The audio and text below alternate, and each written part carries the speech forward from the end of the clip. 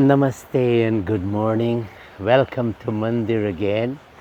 And here I love the scenery when Surya Narayan is peeping out through the bushes and reflecting over the water, over the fountain. Ah, this is the best sight. It's a sight of peace and tranquility, a sight that is always so welcoming. In this Mandir again, we're looking at Mother Earth, how she's flourishing and giving life to all of us, nourishment to the trees and the birds and the animals. And she herself is tranquility and peace. The water reflecting and so invigorating, the sight of it, and how beautiful this is, water. And then we have Surya Narayan giving us the heat. Most essential that when we think about global warming, we're talking about the sun that is coming through with its more maximum force, and the ozone layer is being depleted, causing the ice to melt in the North Pole and predicting flooding of low-lying lands. This is all about Surya Narayan, global warming. And then we talk about the air, the pollution, and we go to different countries and that pollution is so terrible that it's not good for health. So this is our air this morning. We don't have that pollution here. And we're talking about space. Space is so powerful. Everything is suspended in space. But yet we can say little about space. Well, and these 5 elements are in us. Imagine we don't have to go look for a murti. That these 5 murtis, 5 elements, they comprise us. So imagine we are the murtis. And also, we are, that consciousness is keeping us alive, is keeping us going. We just have to rediscover that. And I'm so blessed that I was chosen by Swami Parameshananda ji. Let us pay our adorations to these spiritual masters.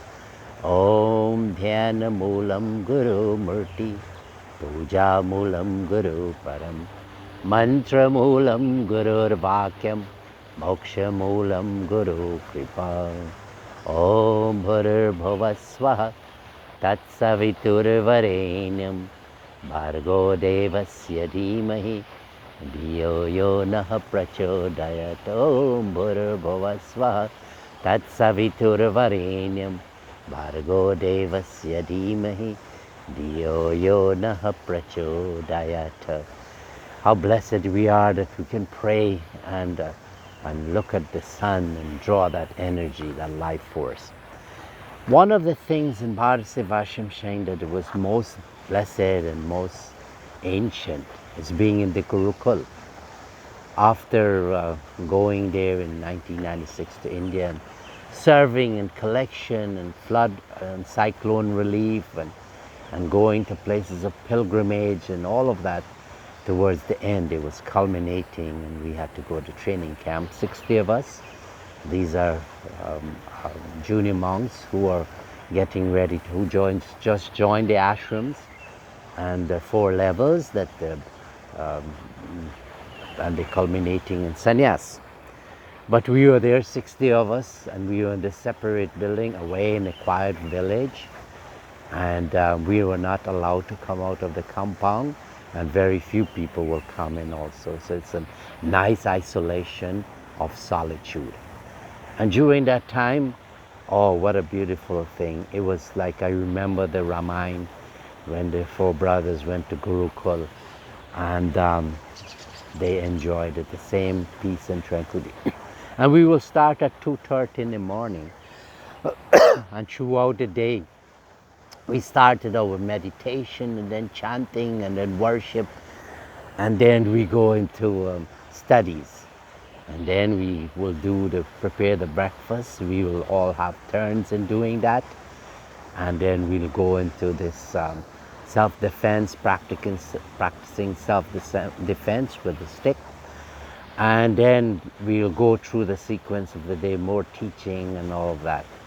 And then during Aarti and this worship again in midday, And then we'll do more studies and under the able teachers who infuse in us the spirituality by their very presence.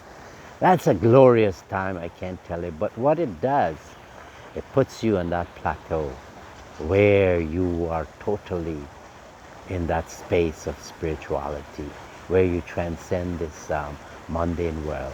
And this is necessary in this age, that when you think about it, that is the foundation. And we're lacking that foundation, that we're in any society, individually and collectively, where that discipline is not there, maybe not to that magnitude, but the basic moral and ethics is not there, then the society goes crazy. And that, like I said, it's individually, in the family, when that foundation is not there, and life is lived haphazardly, enjoying pleasurable life, then naturally there will be a breakdown. And in this age, as we go further and further, we can see that the chaos that is going around in the world right now is because of that. So the solution for these problems is that we have to go back to the teachings of our great spiritual masters in incarnations. Because the Buddha, he was living a luxurious life, a pleasurable life in a palace sheltered by his father. But then he got a break and he went outside and he saw what life is outside there. And he saw this young man getting sick, another one getting old, and he's asking the question, why? And the answer was given, it's a natural progression. And then he came up to the one that was being carried, and he asked, why is that person lying like that? And they said, he was told that person died. So he's getting a good gist of what the life is all about in the mundane plane. And then he saw this ascetic. He got a pot of water, a brass pot, and he has a stick, and he has a very skimpy cloth, and he's walking around radiating this divine energy. And he asked, why is he so happy, and why is he so energetic? And I want to be like that. And then that was the change in his life. And it was just moments afterwards, short while after, he took a glance, the night having a party. And after that, there was a scene, women lying around, food and drink all over the place. A party scene after. And he went into his room and he looked at his wife with the little baby sleeping next to his wife, and he walked away. And he started this ascetic life. And he shifted from being luxurious, and he went into a life that was simple. And he would have said that he did fasting, and his belly would have been touching his back. The skin in his belly was touching his back. But that didn't work. And then he changed, and then he built himself up back, and he sat under the Bodhi tree, left his ascetic friends. And then what happened? He got God realization. Because he knew the solution is not in pleasure. He had all the pleasures that he couldn't handle, and he gave it up. The same thing with Swami Parameshananda ji, that he built this institution. He said that my ashram would be second to that of the Buddha. And what was the key? Discipline. And he said it. Mad indeed is the one of unraveling the mysteries of spiritual life, with a mind that is torn by passions and agonized by carnal hankerings. That in itself is setting the foundation. Devotees, we have to go back to that. Look around you and see what's happening in the world, and then you will realize this is the only solution. You have to make the change. You have to make the shift. And don't go outside. That Parameshananda said, what are real sources of strength? Patience, fortitude, and endurance. And what are real assets? Self-confidence, self-reliance, respect. Have that self-confidence, build your spiritual life. Do daily practices, preferably yoga, and culminate it with meditation. As Krishna Bhagavan would have said, Sreya hi jnanam abhyasaj jnanat dhyanan vishishyate. Dhyanat karma phala tyagas tyagak shantir anantanam. Arjuna, worship me, but not superficially. Think of who I am.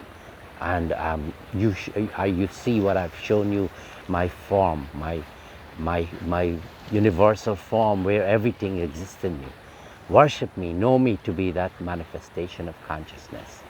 And then when you do that, sit down and do meditation. Pull your mind in back inside of you, like the tortoise will pull in its legs and head when danger is there. It's a time for danger.